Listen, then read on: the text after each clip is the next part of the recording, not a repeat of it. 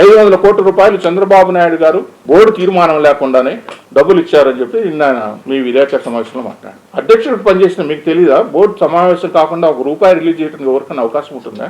₹1 బోర్డులో తీర్మానం లేకుండా చేయడానికి అవకాశం ఉంటుందా? మీరు అధ్యక్షుడిగా సభ్యుడిగా ఇంత అనుభవం ఉంది కదా, మీరు పనిచేశారు కదా, ప్రభుత్వం చెప్పిండొచ్చు ఫ్లైఓవర్ వస్తుంది, మీరు డబ్బులు దేవస్థానం నుంచి ఫండింగ్ చేయండి అని చెప్పిండొచ్చు. అది పాలకొండలో పెడతారు, తీర్మానం చేసి ఇస్తారు. తర్వాత ఆ ఫ్లైఓవర్ అప్పట్లో అయిపోలేదు కదా, మీరు కూడా చేశారు కదా, మరి మీరు ఇవ్వలేదా డబ్బులు? మీరు ప్రభుత్వం కూడా డబ్బులు ఇచ్చింది కదా ఫ్లైఓవర్కి. మీ ప్రభుత్వం కూడా మీరు డబ్బులు ఇచ్చారు, దానికి కమిషన్లు తీసుకున్నారు, దానికి రకరకాల మనుషులంతా ఉన్నారు, కోర్టులో కేసులు వేశారు, కోర్టులు కేసు వేసినప్పుడు మధ్యస్థాలు చేసుకున్నారు, పని కట్టుకుని కేసు వేయడం, మధ్యస్థం చేసుకోవటం, డబ్బులు వసూలు చేసుకోవడం, ఇవి కూడా చేశారు కదా, అవన్నీ కూడా జరిగినాయి కదా. అదేదో ఇప్పుడు పెద్ద తప్పు చేసినట్లు 500 కోట్ల రూపాయలు పార్లమెంట్లో లేకుండా చేయడం, ఎవడో పరిగమాలాడు తప్పుడు సమాచారం నీకుండే వేగులు ఎటువంటి వేగులు ఇప్పుడు అర్థమవుతుంది. నీకు చెప్తా అంటావు కదా, నాకు ఇంతమంది అక్కడున్నారు గూఢచారులు ఉన్నారు, ఎంత పనికిమాల గూఢచారులు ఉన్నారు, దీన్ని బట్టి అర్థమవుతుంది. ₹1 కూడా పాలకమండలి సమావేశం కాకుండా చేయడానికి హక్కు ఎవరికైనా ఉందా ఇంత పెద్ద అడ్మినిస్ట్రేషన్ సిస్టంలో? అది తెలిసి కూడా మాట్లాడుతున్నారంటే మిమ్మల్ని ఇంకేం చెప్పాలో మీకు అర్థం కాదు. రెండోది, వారు మాట్లాడుతూ ఈ మహాభారతం పుస్తకాల గురించి ప్రస్తావన వచ్చింది. ఈ మహాభారతం పుస్తకాలు నిజమే సరళమైన భాషలో విద్యార్థులకు అందరికీ అర్థమయ్యే భాషలో ఒక చిన్న పుస్తకం తీసుకురావడం తప్పేమీ లేదు. నేను ఆ విషయంలో కరుణాకర్ రెడ్డిని హర్షిస్తూనే ఉన్నాను. ఆ మహాభారతం సరళమైన భాషలో ఇవ్వడం తప్పులేదు.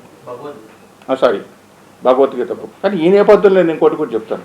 మీరు అధికారంలో ఉన్నప్పుడు 2006-08లో నేను పాలకమండలి సభ్యుడిగా ఉన్నప్పుడు అర్చన, తోమాల, సుప్రభాతం పుస్తకాలు, చిన్న చిన్న పుస్తకాలు ఫ్రీగా ఇవ్వాలని పుస్తక ప్రసాదం నాకు పేరు పెట్టి తమిళ్లో, కన్నడలో, హిందీలో, తెలుగులో పుస్తకాలు తీసుకొచ్చి భక్తులకు ఫ్రీగా పంచాలని చెప్పి మీరు నిర్ణయం తీసుకోవడం జరిగింది. ఏంటంటే కోట్లు, లక్షలు కాదు కోట్ల పుస్తకాలు. ఆ పుస్తకాలు ఏ విధంగా అయిపోయినాయంటే వైకుంఠ టూర్ మీద పుస్తకాలు ఇస్తే ఆ పుస్తకాలు ఎవరు తీసుకోకపోతే అట్లే ఉంటే వాళ్ళపైన ప్రెజర్ పెట్టి, ఎందుకు ప్రెజర్ పెట్టామంటే నీ స్నేహితుడి కోసం, నీ స్నేహితుడికి ఒక ప్రెస్ ఉంది కాబట్టి ఆ ప్రెస్ పేరు ఆదిశ్రీ అనే ఆ ప్రెస్ నీ స్నేహితుడికి ఇవ్వడం కోసం తొందరగా డిస్ట్రిబ్యూట్ చేయండి అని చెప్పంటే ఆ డిస్ట్రిబ్యూషన్ ఎట్లా వెళ్ళింది తెలుసా? మేము వాళ్ళపైన ప్రెజర్ పెట్టి అయా పుస్తకాలు పంచండి అంటే తెలుగు చేతిలో 60 పుస్తకము, 60 చేతిలో కన్నడ పుస్తకం, కన్నడ చేతిలో హిందీ పుస్తకం పోతే ఆ పుస్తకం వాడు చూసిన తర్వాత 60 కన్నడలో ఉంటే ఏంది ఇది, ఏం చేయాలి తెలియకపోతే వాళ్ళు పెట్టే దద్దోజనమో పులిహోర అయిన తర్వాత ఆ పుస్తకాలు పేజీలు చెప్పుకొని చుట్టుకొని టిష్యూ పేపర్ వేసిన కుప్పలు అక్కడ పడినాయి.